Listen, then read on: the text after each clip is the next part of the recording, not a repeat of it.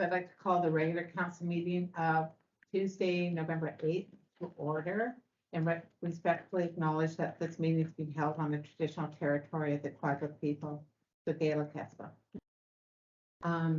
May I have the Director of Corporate Development Services and Deputy CAO, Ross Blackwell, please deliver the oath of office to Councillor-elect Hexwell. Thank you very, very much. Good evening. It's an honor and a privilege to be able to administer this office. A significant and solemn event, given the weight associated with them. So with that in mind, for a few words together, you permit me to read them. Just take it back in an effort to acknowledge the significance of this affirmation event. I have to read off this piece of paper. Try to remember it. So since 1966, elected municipal councils of Port Hardy have been stewarding the community through adversity, uncertainty, and myriad successes. People have known this area as home for a very long time. Bear Cove is the oldest known site of human habitation on Vancouver Island, dating to around 5,800 CE. Since these early times, individuals have been providing leadership to generations of community in one form or other, and helping galvanize vision and direction, benefit of people. The purpose of today's local government is to deliver an organized system of governance. The elected councils exercise their provincially derived statutory authority, work together for the purpose of efficient and effective delivery of the collective good. This includes improving social, economic, and environmental viability and sustainability, and to facilitate an overall quality of life for the people who reside and invest in their communities. Of the various levels of government, it is local government that represents the most direct expression of democracy. And this is because it is at the local level that the most personal and potent contact with people occurs. Local government develops and enacts policies and bylaws that directly affect people's lives, and it directly bears witness to the outcomes of its actions.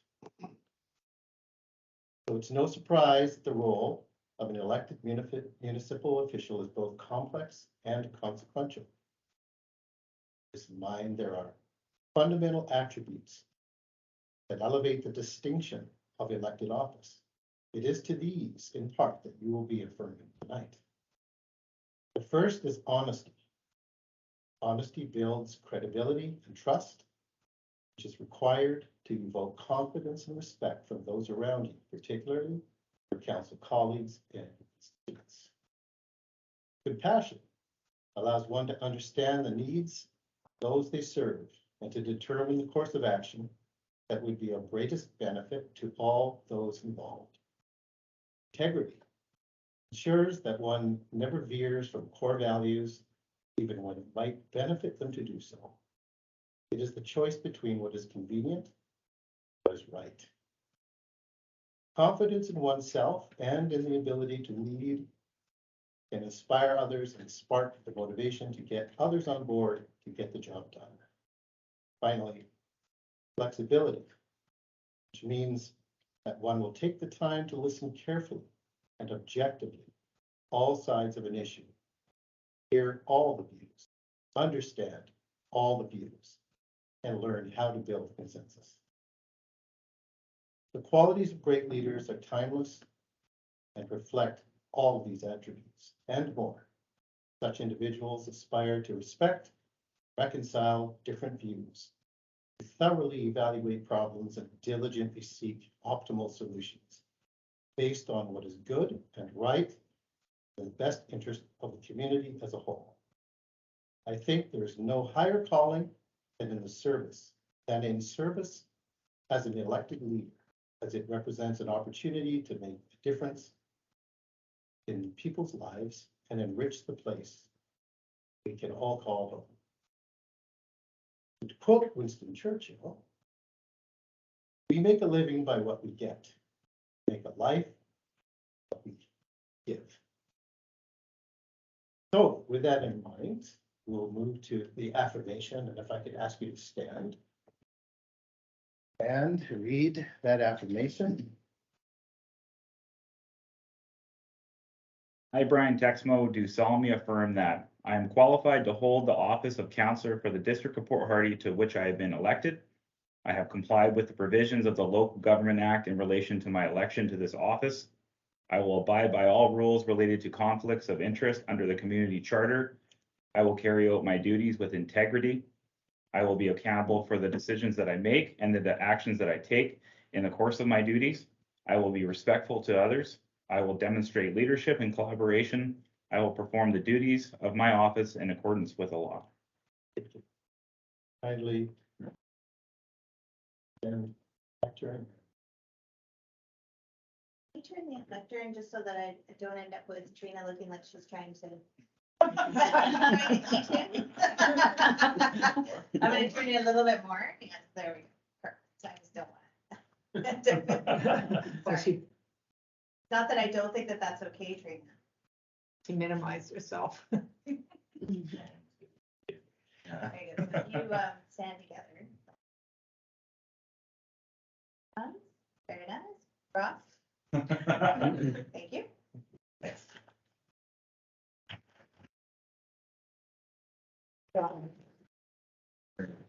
Shit. There you go, Mom. You want a picture with it? I know how you feel about pictures, but you know what? Pictures.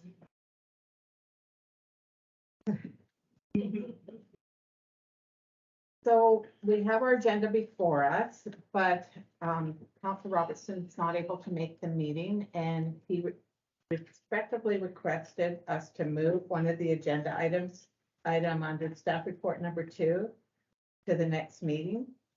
So whoever's approving the agenda, if we could move that agenda item. So approval of the agenda is amended. As amended. As amended. And I'd just like to add another one to the amendment. Oh, As under new business, under new business. it would be with regards to councils that in 2023 attending forums or ABICC, UBCM, or anything else that would come up to make sure that we follow within the allocated budget. And then we can talk about that later. So adding under new business of council forums, ABICC and other conferences, and moving agenda item number 2 under staff reports. So Yes. Yep. John. I'll second. John moved, Councillor Dugas second. Approval of agenda as amended, all in favor? Opposed? Carried unanimously. So minutes of our regular council meeting held October 25th for adoption.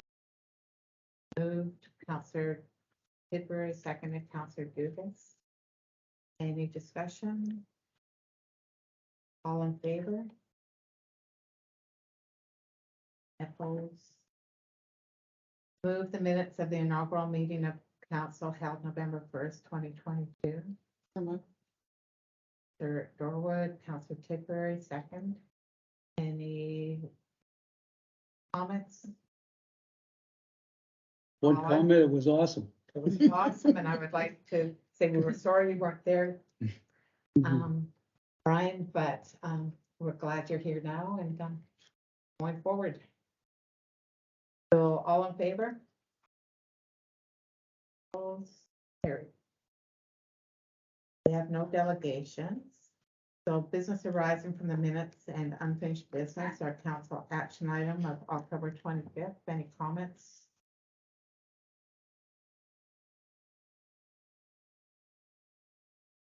Under new business, council forums, ABICC conferences, and budget consideration. So Dugas, take our way. Okay, just, with regards to, there's a Truck Loggers Association conference coming up on the 18th of January. And I know that Councillor Kidbury would like to attend that, but in the past, we always sent two, of course, two went.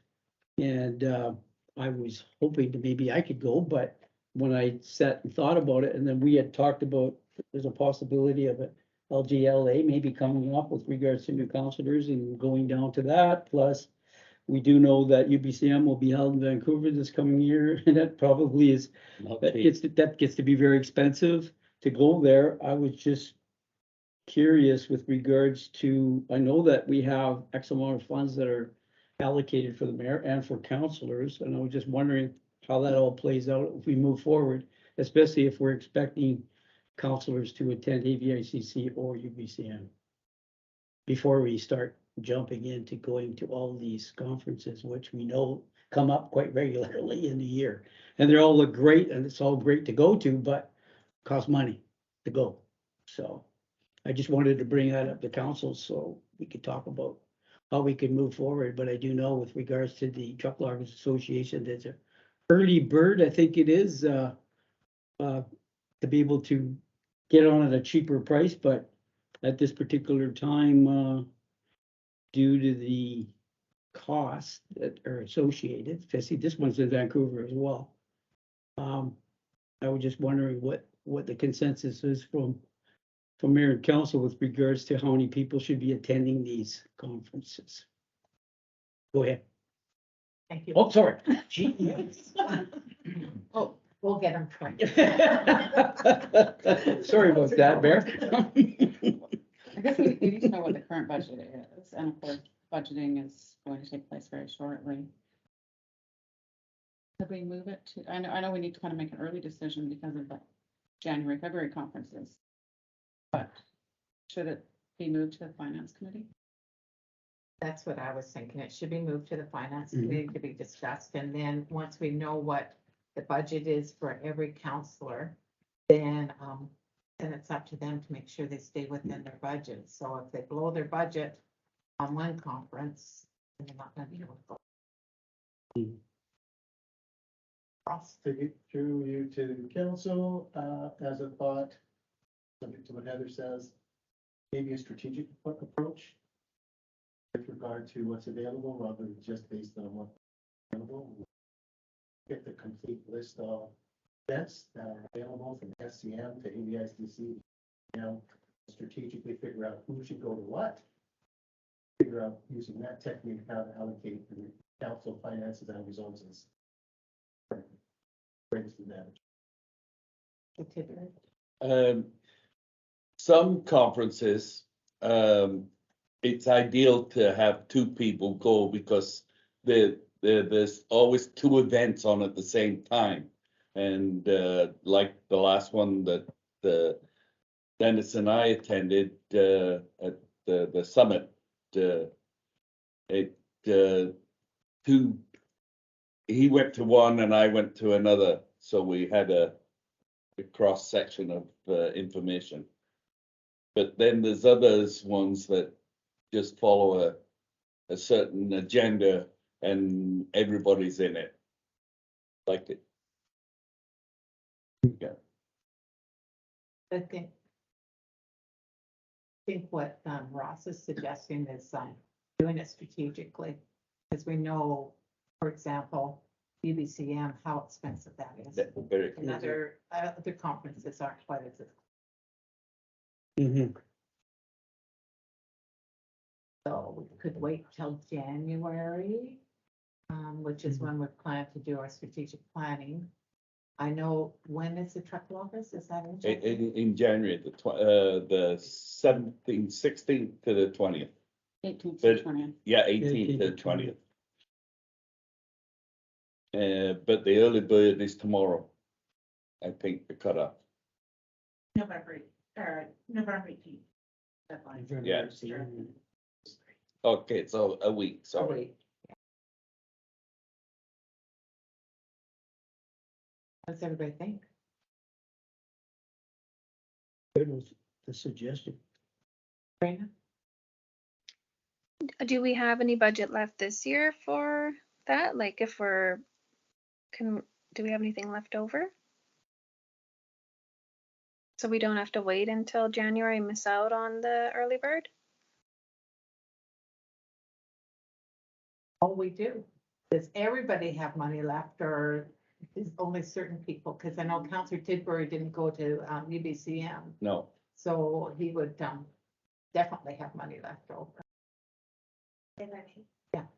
So currently for this period, up to this point, without having all of the voices in and everything else, Councillor Tidbury has dollars left in the travel budget, and then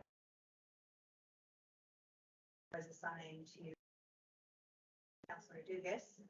There's definitely some. So then if Councillor Dugas wants to go to the truck loggers, then it would be fine. And then wait till January to do the other strategic planning on the other conferences and I'll make that motion if there's a motion required. If not, A motion. go.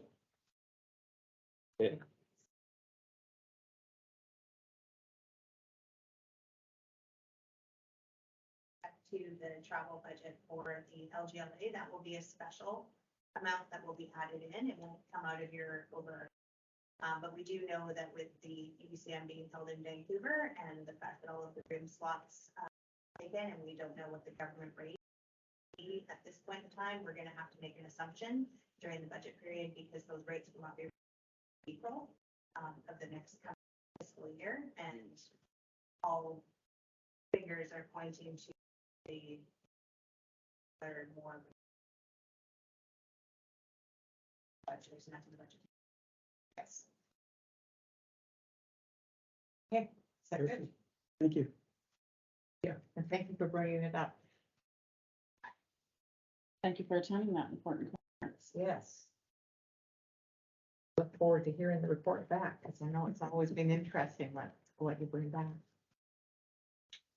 All right, so we have under correspondence from Stephen Hoffer, the president and CEO of Western Forest Products, a congratulatory letter on my election and wanting to work together with us. And I know they often come and do a presentation, so I expect they'll be here to do a presentation at some point, just discussing what they're doing in the community. Comments or? The next one was a letter from Jonas Woodrow, Program Officer, Local Government Services, Union of BC Municipalities on our 2021 Strengthening Community Services, supporting our most vulnerable population, and our final payment letter of what we've been doing. So that's great, and always nice to get a check in the mail.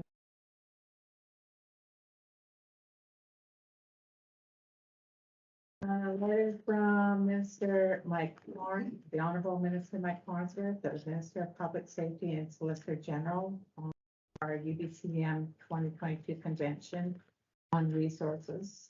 And for those of you in the audience, and that most of these letters that are coming up right now are letters where when we went to UBCM, we lobbied hard for the community on bringing services to the community. And so that's what these letters are saying, and they're follow-up letters to our meetings. And with the Minister Farnsworth letter,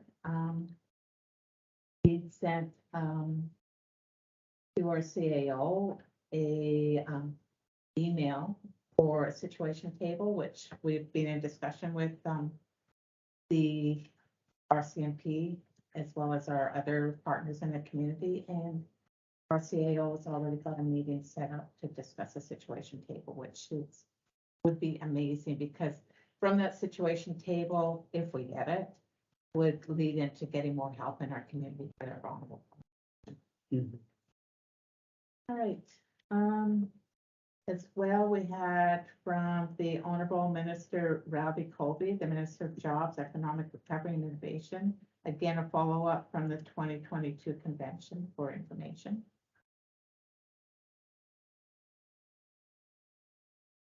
As you can tell, we went to a lot of meetings because we also had a letter from the Honorable Minister Rob Fleming, the Minister of Transportation and Infrastructure.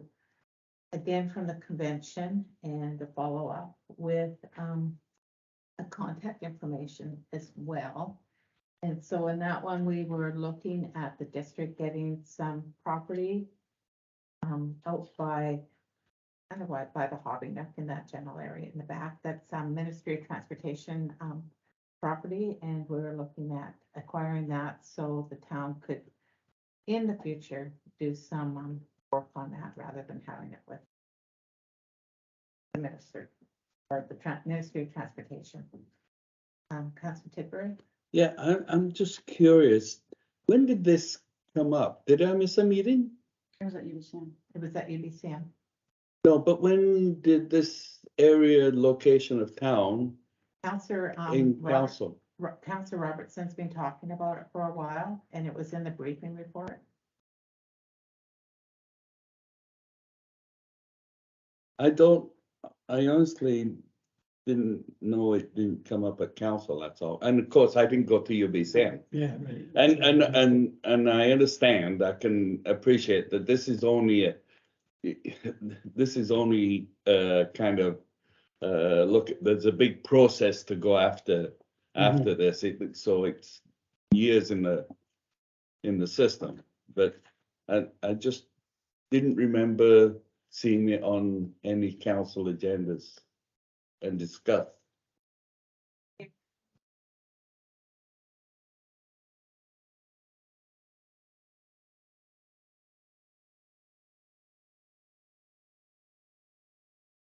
Province to talk to them about some of these different areas that have already been subdivided that are currently not the housing stock Oh, okay. opportunity. Yeah. Mhm. And so we tasked Ross Blackwell with basically talking to transportation at that point in time to have a discussion about what would it take to do that. So then we move that forward to. I remember other areas, I just didn't remember this one.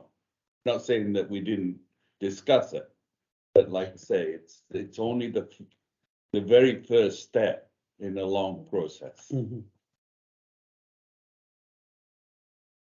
So then, so looking at item number 6 from Charlotte Lever. I'm not sure if I'm pronouncing her name correctly or not. Vice President of the North Island Métis Association regarding Louis Riel Day. And he has sent us a letter about November 16th as a day of remembrance and requesting permission to see their Métis flag flown in Port Hardy from November 14th. Oh, Go ahead. I'll make that the motion. Councilor For flying the flag for the week? for fun. Yeah. Yeah, second. Any comments? Sure, it probably goes without saying because I know how efficient she is, but that we'll do a social media post so people know what the flag is and such. And And so as well, will that give enough time to get the flag from the Métis Association? She said that they would supply it everyone. I would think we need it, Yeah. or else we'll be scrambling to the flag shop. They said they're gonna deliver one, didn't they? In the letter? They would be happy to provide a flag. Mhm. and their events are here at Sacred Wolf, so. So Mhm. I'm assuming they would. Okay, all in favor? So just as well, they invited, us to attend their annual event. So if anyone is interested, just make sure you RSVP.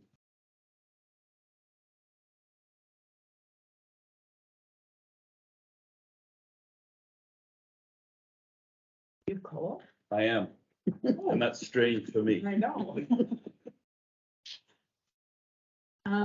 Lisa Harrison, on behalf of the Port Hardy Chamber of Commerce, request for a donation towards the Port Hardy Chamber of Commerce 2022 Business Excellence Award silent auction.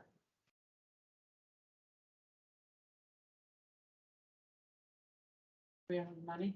Do we have any money? Exactly. I think we've got a little bit of money left, don't we? What's Yeah. the phone called again? The grant name. Yes. Yeah, so, the last time I believe I reported, I think you're sitting around the $70 mark, so.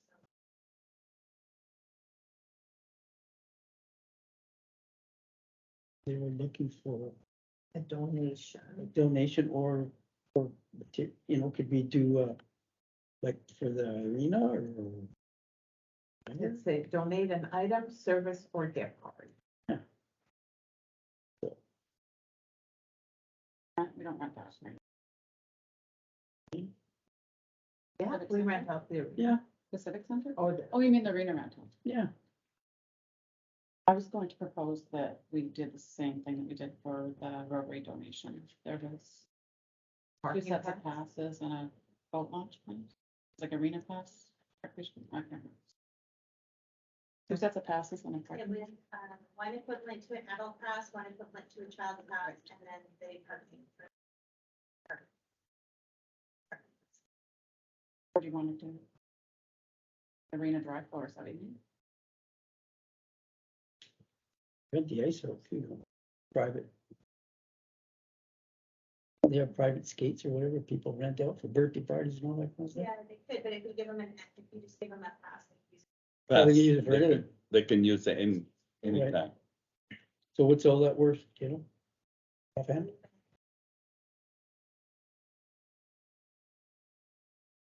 we haven't done much. But, $8. $9 still. Parking pass, I believe. That's good. So, motion to do the same donation as with the Rotary Club. I'll make that motion. Second, one. All in favor? And we don't have any committee reports. Staff report. Heather Nelson Smith, our CAO on the call, council policy CP 1.12 mobile device for delivery of meeting management system. Yes, thank you, Rich. So I put this in front of you and I apologize that it doubled up printing out the policy. There is only one policy that I'm bringing forward to you. So not sure where the bunch was there. But basically what it is in the last, in 2018, we upgraded our system to a digital system so that their agendas via online portal. We publish those there, which is available to the public as well as the council on our way of reducing our carbon footprint. So council requires the use of mobile devices in order to conduct the business of municipality, not to mention the fact that we also send, as we found out, numerous emails that we will need to follow up on. So we make sure that you have something you can use. So you have a choice. The choice is we either provide you with an iPad, and the only reason why it's an iPad is because I can fix it if it breaks. Know how to use it, and if not, you can utilize your own device, and we reimburse. At the time, when we wrote this policy in 2018, we were reimbursing about $500 because that's about the going rate of what an iPad was, all in. Of course, those things have all gone up in cost as a result. So with a bit of research that was done and taking into consideration that we also need to cover off on taxes, I'm proposing that we raise that to $700. In order to accommodate those devices. That is a one-time payment, or there is a pro rata per month that can also be applied that we could pay council. At this point in time, we've never utilized the amount. However, that could be done. Let's say somebody starting, let's say we had a by-election last year, we probably amount and then we price. So that is what is in front of you, is to change that to $700 and then the monthly rate. Motion to approve council policy CP 1.12 as presented. Seconder, I'll second that. Councilor Dugan. Any comments or questions? All in favor? Okay, on to Heather Nelson Smith, CAO Committee and External Appointments 2022 to 2023. Oh, that's because it's double. So before Heather Nelson Smith discusses this, I do want to say how tough I found doing this. Wanting to make sure everybody was on the right committee and that they'd be happy in that. So this is just for a year and then we revisit these appointments, but if you can't make a meeting, find someone that can go to the meeting. If you, hate the committee you're on, come and see me and I'll see what I can do. And, as well for my suggestion for the regional district, with the counselor, got Counselor Dugas on, but that is until October 24. And then it will switch to Counselor Dorwood for the last 2 years. But that's not on here, but it would come up in 2024. So CAO, I guess takes. Like me to kind of overview the report? Sure. Okay, so I've given you a couple of different requests and a few different options, and of course, just so that, that it's clear that the recommendation that's in your agenda package is for option 1. And so that is to do the appointments of the board of directors, the Mount Washington Regional District to Mayor Corbett Labatt, Councillor Dugas, and then the same thing for the regional district Mount Washington Hospital Board would be Mayor Corbett Labatt and Councillor Dugas, and then the alternates would be Councillor Jan Dorwood and Fred Robertson, and where board alternates are required, the votes would be determined by Mayor Corbett Labatt. So the trustee for the Vancouver Island Regional Library Board of Trustees, that would be Councillor Fred Robertson with an alternate being Councillor Trina Smith. And so the reason why I'm highlighting that there is because that recommendation and those options doesn't change at this point in time. So we do need to make those appointments so that those directors can be brought in online to those respective boards starting next week. So one of the few highlights that I've added in here is that we have been talking about combining the operational services and Parks and Recreation, Arts and Culture. And you will notice that in the attached committee structure, I've removed those two in anticipation that council will endorse or at least have a discussion, if not endorse tonight, but have a discussion and work towards a committee of the whole structure for a period of time, where we would meet on the second meeting of the month. So that would be the 4th Tuesday of the month prior to a council meeting. Which would free up a bit of council's back and forth to the office to attend multiple meetings. It would also give an opportunity for staff is already scheduled to be here on the Tuesday night meetings. So it would actually not have to take us out of our jobs during the day in order to do those meetings, and also allow for a little bit of participation. Not to mention the fact that the majority of council wanted to be represented on those committees. So doing a committee of the whole structure allows for that some collaboration. As well as the other part was that Mayor Corbett Labatt and I spoke about was having the chair of that committee rotated through the deputy mayor's schedule. So that would give all of the, so the committee of the whole, we talked about this, all committee of the whole then be chaired by the deputy mayor, which would allow for each of the deputy mayors to be able to get that, I want to say seat time, but it is gives them an opportunity to get comfortable with chairing. Because I have noticed over the years that there are some deputy mayors that never get a chance to until the very end of their deputy mayor portion to actually get to sit in that seat and feel comfortable with that chairing. So sometimes you feel like you're being thrown in. And it also just gives everybody an opportunity to be able to sit and chair that committee. Almost fill in for what we're taking away in terms of that chairing responsibility. What I am proposing is that we continue with the last Parks and Rec and Operational Services to finish up the year. That will mean that Operational Services will be 1 member short for the next meeting, but then that will allow us to finish any of the business that we currently had, as well as any of the commitments that we've already made that may be attending those meetings. The other request is to convert the executive. I'll stop there. Does anybody have any questions? I don't have questions, just comments, and kind of echoes what Counselor Robertson wrote in his notes to us tonight, that he wouldn't be able to make the meeting, but just would like to try it as a test drive. You know, always good to revisit if things aren't working, or to check in whether they are. Also, currently the 2 meetings total 2.5 hours, and curious how much time we're going to need to go through those really in-depth subjects that are really important to the community. So, like, will the committee of the whole be starting at 5, or? Sure, thought there? I'm thinking yes. So my thought was that we'd start kind of see how it works, first of all, right? So, you know, right now we currently started about 5:45 when it comes to a committee of the whole. So if we backed it back to the 5:30, that would give us that full 90 minutes before a council meeting, but hoping that we can still get in a 15-minute break. But it also means too that I think we need to streamline what goes on the agenda. So, you know, make sure that those information items are information items. They're not like, sometimes I think we might spend a little bit more time on things as a result of, you know, kind of filling up the agenda.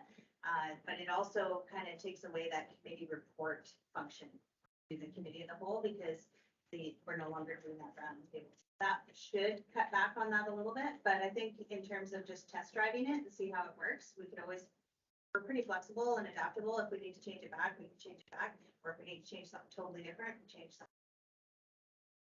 And if we do start earlier, just to that, if we do start earlier than that 5:30 slot, then we'll be looking at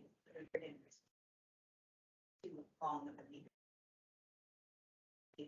As staff, will need to do that too, to make sure that things that we're putting forward are a little more succinct in terms of options. Thank you. John, did you have some comments? Yes, I'd like to stress my disappointment with not being an alternate at regional. I've had this position for quite a number of years, and it's on when the first set of minutes came out, I was on there, and then just this week we changed it, and I noticed that Fred's name's on there. I'm really upset, to tell you the truth. I thought, you know, that I did that position very well, and I took meetings when I was needed to take meetings. I also, well, in the wintertime months and stuff like that, I attended the meetings, even though I didn't speak, as both of you witnessed that. And I'd like to have some consideration to look at the 2 names again before you vote.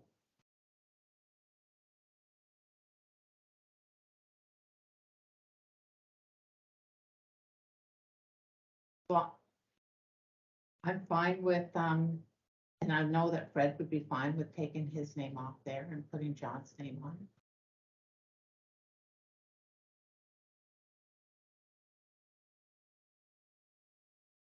I'm sorry, John, I didn't realize you felt that strongly. I did.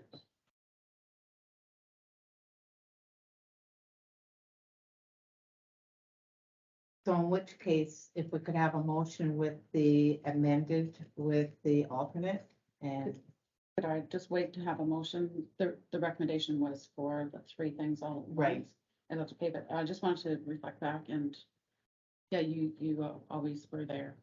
But I'll go with whatever your recommendation is in that regard. So if you want to change it, I'm happy to go with that. But I just thought we could wait and do the whole 3 pieces at once if it's Sure. okay.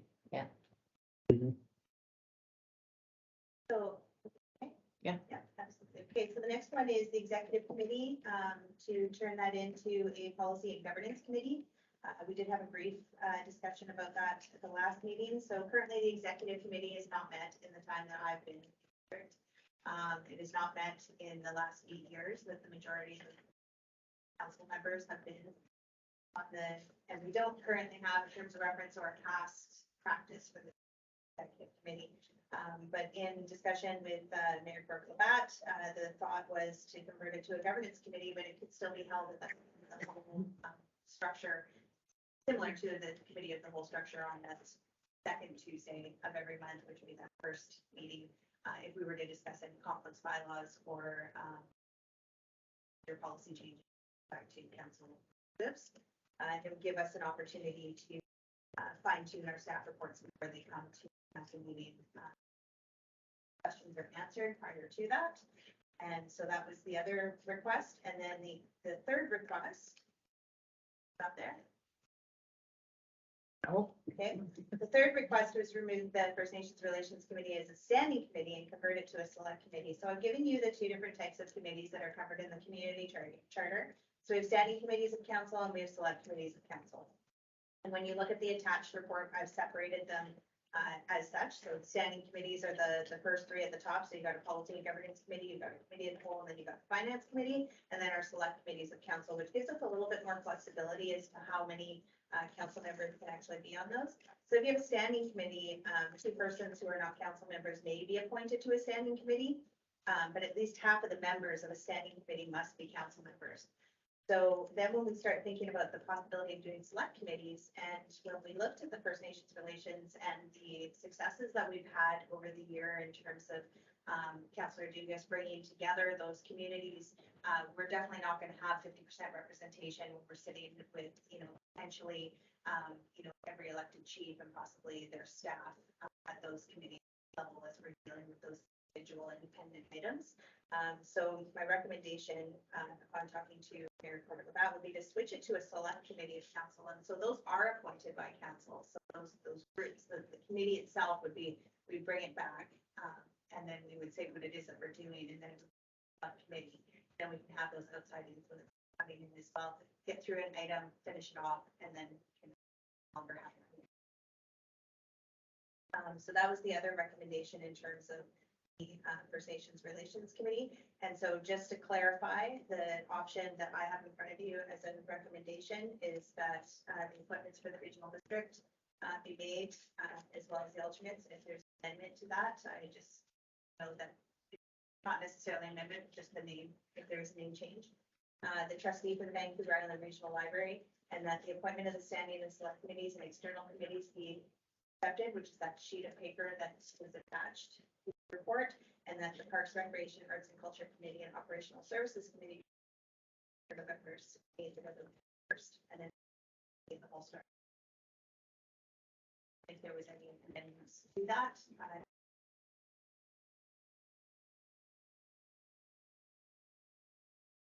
I'll move option one with the amendment that the alternates for the two RD boards be amended to myself in particular. I'll second. Councillor Dugas. And just to make a comment with regards to that, because, yeah, John was my alternate, and whenever I wasn't there, he was there. And he attended a lot of meetings online when we were there, so we appreciate that, John. And I thought John was my alternate, so I called him. I was supposed to call him back. It's all good. Did a good job. Any other comments? All in favor? Carried.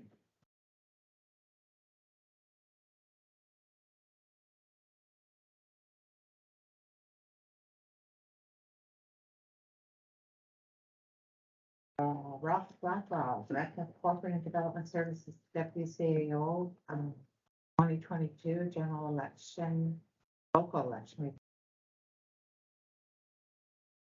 Do you want to speak to your report? Thank you. This item and the following item is only there for interest. So there's nothing I can really to those reports, but I would be happy.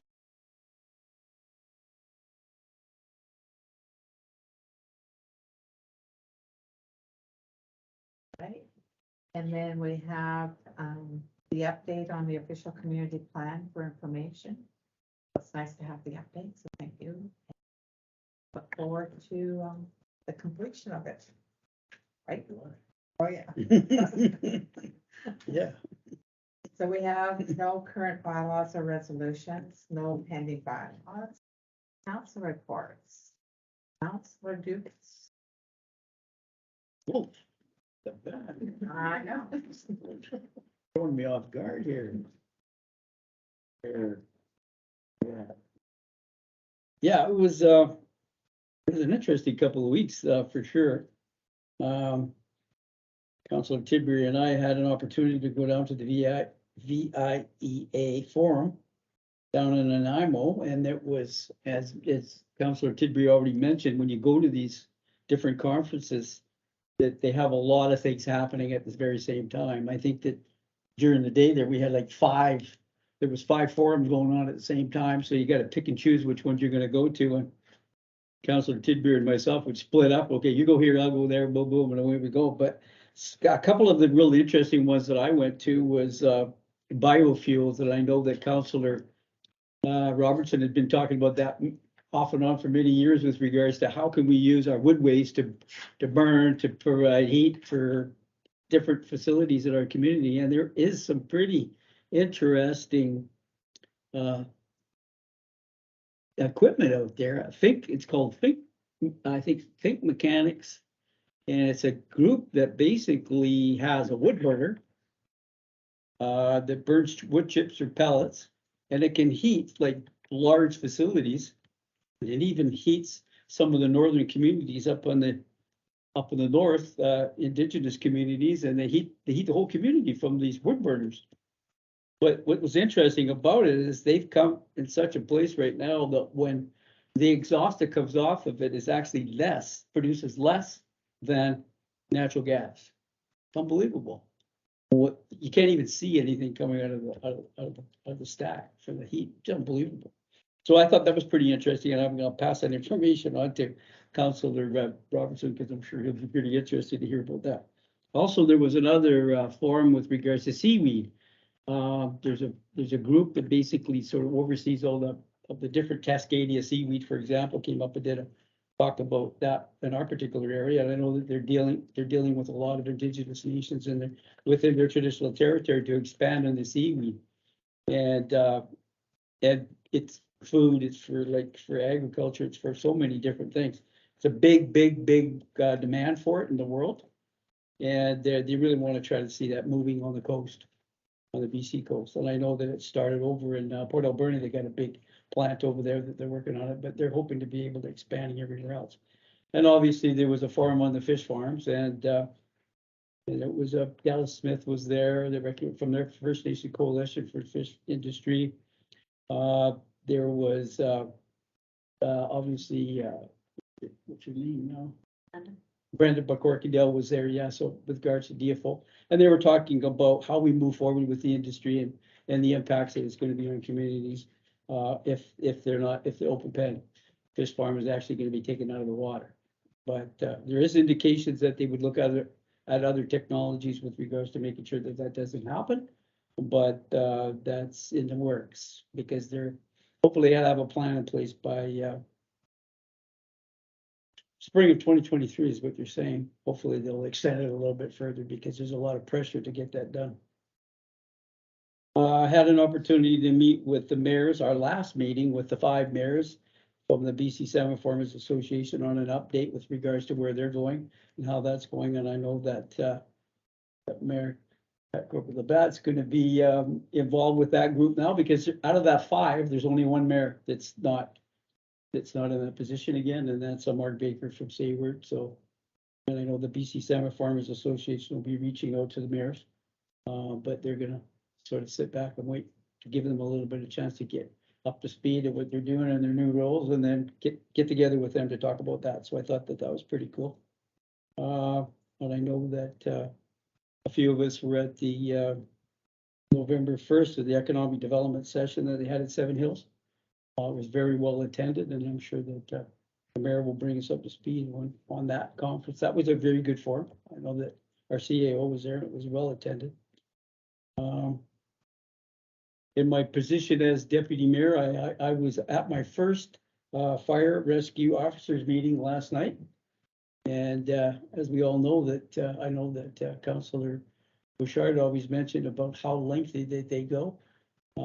I said that I had to leave at 9. I started at 6, but they continued on much later than that. But there was a lot of interesting discussions that we had on a lot of different items, and I know that working with them, that they got budgeting and all that to put together here fairly shortly, so I know that they're quite interested in getting that going, so we will definitely be helping them get that going.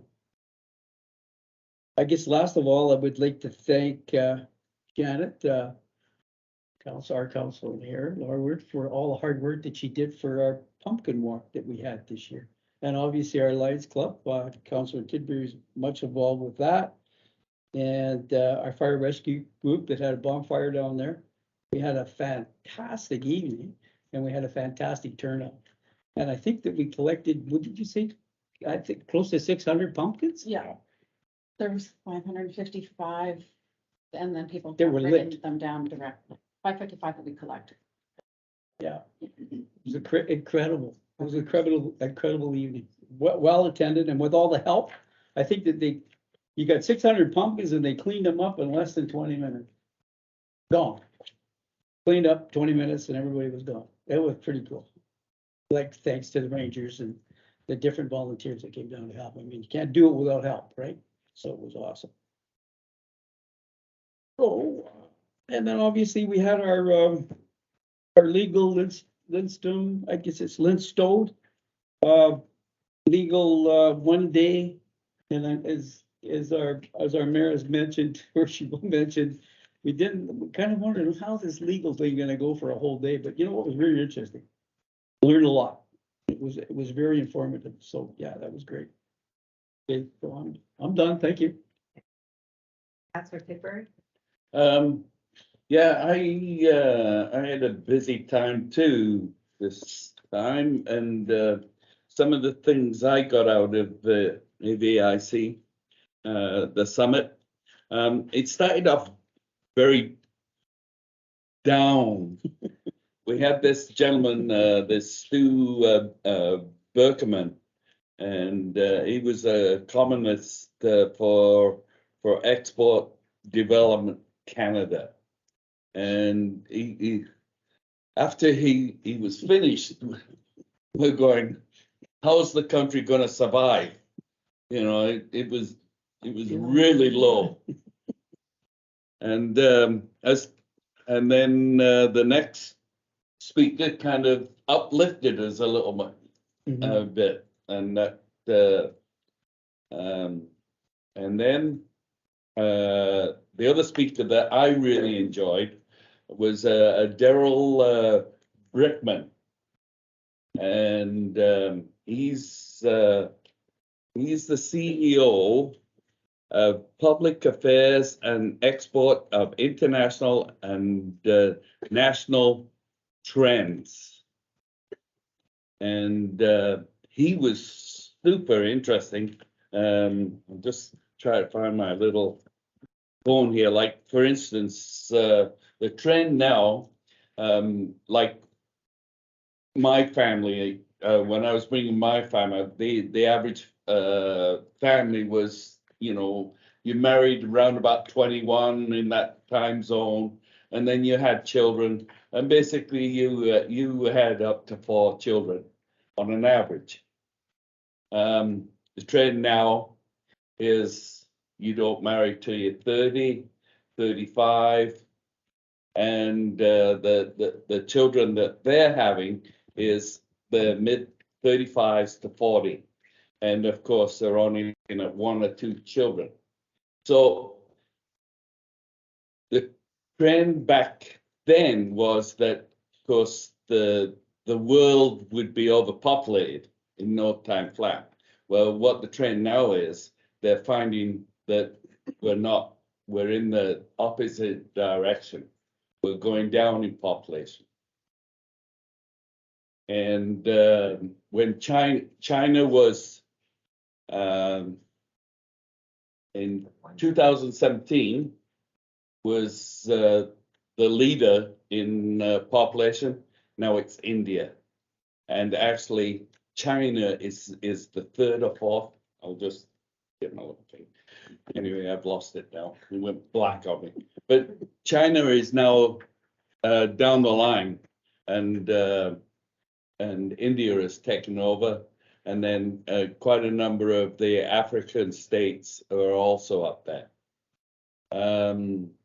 and also the trend now, of course, is the working life of an individual. 65 is not the norm anymore. It's the 70s and 80s now is the norm for working people to work. And the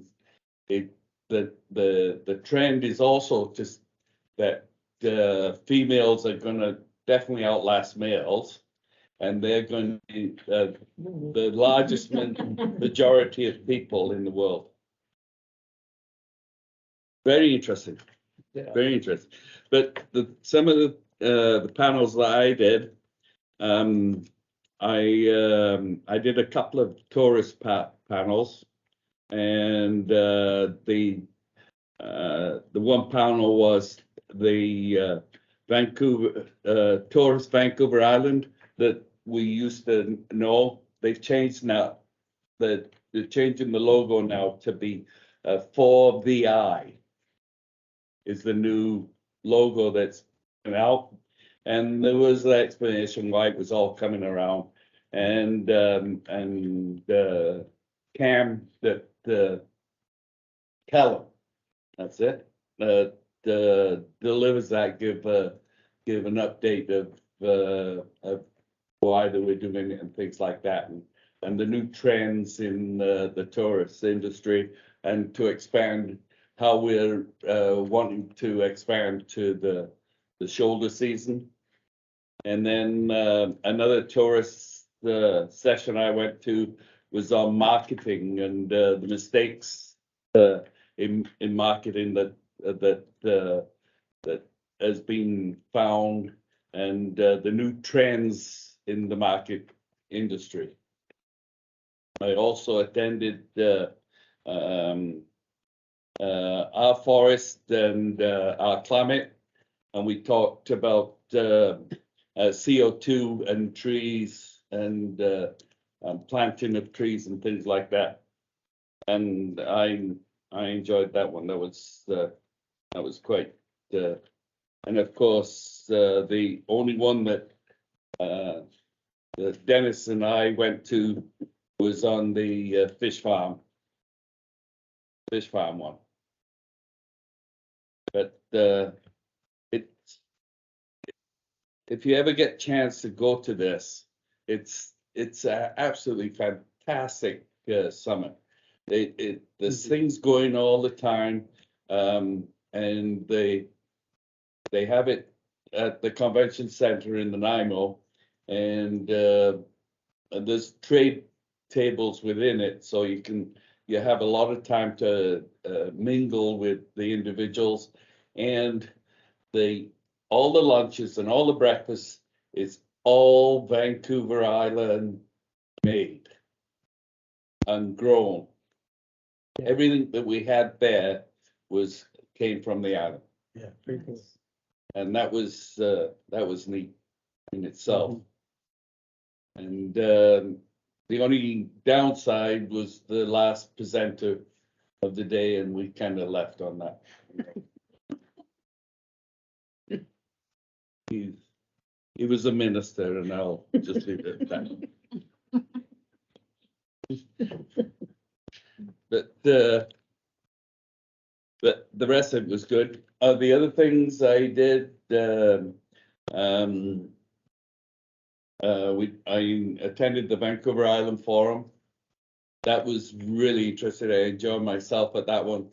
Again, the last speaker of the day, I didn't think he didn't fit with the rest of the discussions. I No. That's how I felt. I think he missed the point or something. I don't know. I concur. And then the walk. Thank you very much for inviting us there, Janet. It was we had a great time, and we did over 600 hot dogs. So we had And hot chocolate. hot chocolate. I attended a luncheon for the college, and I found that rather interesting too. And of course, we had the at the hotel today. And that was, from the medical field and it was a 2-day event, and I'm sure that the mayor's gonna talk more and I'll talk on it. But I found that very interesting too. And that was separated into groups too. And I did the sort of the citizens section of it. And that's me. Thanks, John. Councillor Smith. Thank you, Mayor. I don't have too much to report, just a comment that the inauguration meeting, I thought that was very good, and I even found it emotional. So yeah, mine's really short. It'll be more next meeting. Thanks, Karina. Councillor Texmall. I have nothing to report as I just sworn in today. Looking forward to future meetings and getting heavily involved. Councillor Dorwood. Thank you. Just pretty much for me, the legal information for counselors, Friday was really good. That was Lidstone and Company. And as the other said, sounded like it was gonna be dreadful, and it was super interesting. Really easy to listen to. So that was good because it was all day long. It reinforced a lot of stuff that I think we know or ought to know. Kind of thing, right? But it's reinforced and clarified, and the examples and stuff are really good. Otherwise, I just spent a fair bit of time organizing the Pumpkin Patch Walk, and just a huge thank you. It's great being part of this community. Whoever I asked, again, the Lions, Fire Department, the town, all the stuff that they did. The Rangers, they did a huge thing. Rotary, of course. But also the ones you don't see, like Fox's Disposal paid someone overtime to come and collect those pumpkins. Orange Enterprises, Boris himself delivered us a toilet to have near the food and the fire. The newspapers did advertising and promoted the event. So all those places that we don't always see. So just want to thank everybody. It's really makes it easy to organize things and work for me. Lots of support from me. Thank you. So I'm super disappointed. I had to miss it. I had to go down and have some dental surgery, and I thought, oh, I'll be fine to come back, and I'm very disappointed, but I saw pictures and it looked amazing. It's certainly different than last year with the wind and the rain. Made all the difference. Yeah, no kidding. So I went, well, I've been this past week, super busy. Went to the ECDEV session out at Seven Hills with Councillor Tidbury and Councillor Dugas, and that was really interesting. And what it was is all the different economic development organizations and communities did presentations. So the Numbies did a presentation, the KDC gave a presentation, the Quatsino gave a presentation. Our ECDEV group did a case study using what they had done with our Parks and Rec and the Creation Station and the Farmers Market. And so everybody did little presentations. They all had different tones and different ideas on what to do. And then the one that I cannot remember the name of, but it's a new Western Development Diversification organization, is just starting up in BC. And that's where hopefully we'll be able to get some funds in the future. They're just rebooting and restarting. So that interesting. With Councillor Tidbury, I was at the NIC lunch and the update, and they were talking about all the different programs that they're operating, some in the Mount Washington area, and they had their whole board was up doing meetings and discussions, and so we went on a little bit longer, so the community couldn't really ask questions, but I made sure I wanted to get in our suggestions where we had training in community and funding so that Donna Mary's not always looking for grants and bursaries to offer the funding. It's base funding, and the president assured me that the board heard that and knew that's what was wanted. So what happens. the Lidstone legal training. So that was amazing training, and on the council, CAO sent out a council orientation booklet, and so you can click on the links, and I would highly recommend, if you didn't have a chance to do it, to do it. And, you know, by having those links, you can really allocate an hour. Some of the lessons are a bit more. For the last 2 days, Councillor Tiggery and I have been at the North Vancouver Island Health Center. And that, as Councillor Tiggery, he did an amazing job with the sound, I have to say, as well as juggling being a representative too. But it had such a broad spectrum of health professionals there. It had the doctors, it had the nurses, it had the CAO there as well. It had political representation, it had community members, it had Island Health, it had our MLA there, it had such a broad spectrum of people. I would say there was about 60 to 70 people. 70 people there. And it started off yesterday with them saying this is about what's positive. And going around in our different groups, there was peer groups and there was other groups, and saying what's positive. And then today it was more, what are actionable items and what can we do in the short term, in the long term, and what are we going to do? So there was, what can we do as individuals to move things forward, and then go on from there. So it was really, really interesting. And so some of the things I've heard, and this is just what I heard, was how committed everybody is to the Mount Wyandotte Health and to its health professionals. What I also heard is that it's a multi-pronged communication strategy is needed in the short term and in the long term, with the solutions being fed out to the communities.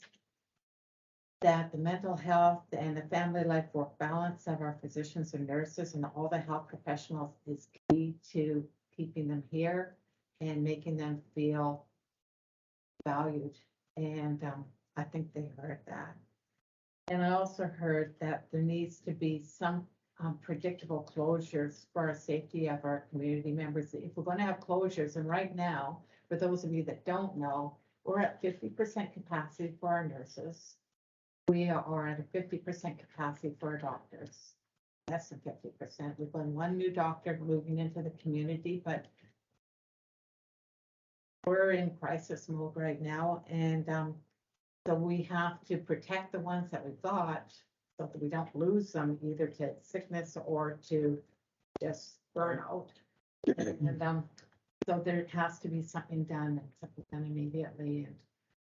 And so I had a phone call as I was leaving from a community member, and he said, first off, he buttered me up and congratulated me. And then he said, with all these closures, you need to be on the TV and you need to be on the radio. And I said, well, I have been on the TV already. I have been on the radio already. I've got a radio interview coming up. And I'm not saying, what I'm saying is that we need help. The community is open for business. We want to help our medical community as much as we can. But the reality is we're in dire straits, and we have to balance closures from one community. Oh, yeah, it's not easy. And who knew in a week I'd be on TV and doing radio blurbs with interviews about a medical crisis that really the district can't do anything about. We can't hire, we can only help out as much we can and recruit and let our community know that we're doing the best we can to recruit. Yes. So I don't know, Heather, if you wanted to say anything more about what you went today, what you heard from that? Well, I think, thank you. I was really taken aback by the amount of was in the that the understood. I think that it's difficult, especially when you're looking at healthcare versus no healthcare. And you look at it just from that lens, that it's very difficult for people to be able to kind of understand exactly what ramifications are. And one of the things that is, you know, yeah, we are at 50% capacity, but when they have to close that, when they have to close the emergency room down, getting that information out to people on why this is happening and when it's happening is critical. And so the commitment to communications in order to make sure people do the discussions around, you know, having a more centralized approach with respect to healthcare and looking at the assets of the respective communities that are all serviced in the Mount Waddington area, as well as, you know, having that collaboration with the senior of the other areas to make sure that there's that communication coming us as administrators, even to be able to try to get that information out to them seamless. I definitely felt that there was a strong commitment, members that were there, as well as the staff that were present, and as well, I think that we also need to look at the fact that we need to celebrate the people that are working in our communities, and they're working long hours. And it's not just about, you know, not wanting to go in. We're talking about people like 6-7 days. They were referring to doctors having to work 72 hours straight in order to fill the needs of the community. And I think we really need to up those people that have been doing that and really pay respect to the community that has been supported. Not just talking to the sector. This is across the board. Not just a Port Hardy problem, this is a problem, and trying to kind of step back and look at what the successes are and the fact that we have such wonderful people who are willing to dedicate as much time as they possibly can. Thank you. So that was my week. I got my thing. Because this may be a, you know, some slight interest. Like I was telling you, India is #1 now, and the population of India is 1.09 billion people, but they're down to 290 million people from the stat before. They're down. They're down.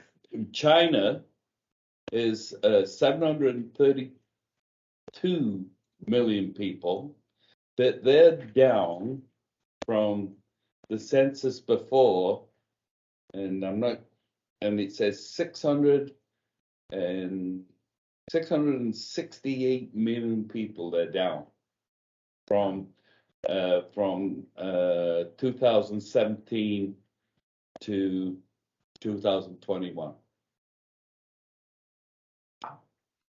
So that's just a sample of what. And I bought this guy's book, by the way. Yeah. Just to add to that, just for one thing, is that they said that the success for Canada is going to be in immigration.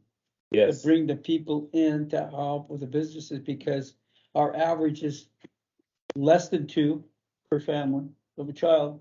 And the way we're going with regards to all the baby boomers, us group, retiring and not working anymore, we're never going to have enough people to fill the gaps.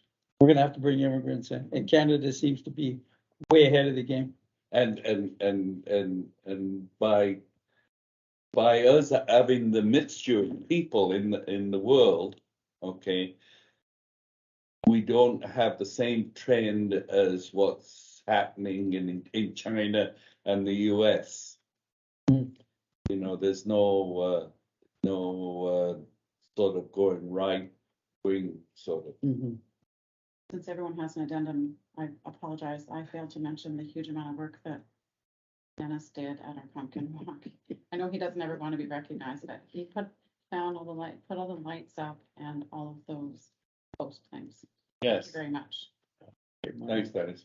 No, it was good. Thank you. So thank you, everybody. It's such a community event, and it's so well received in the community, and I know that people come from all areas of Mount Washington to attend it, so it's very cool. Thank you. All right. Do you have anything you wanted to add? Do you have an addendum too? Do you have an addendum? Okay, under information and announcements, any errors or omissions? Just want everybody to know November 11th at Carrot Park at 10:30 for the Remembrance Day celebration.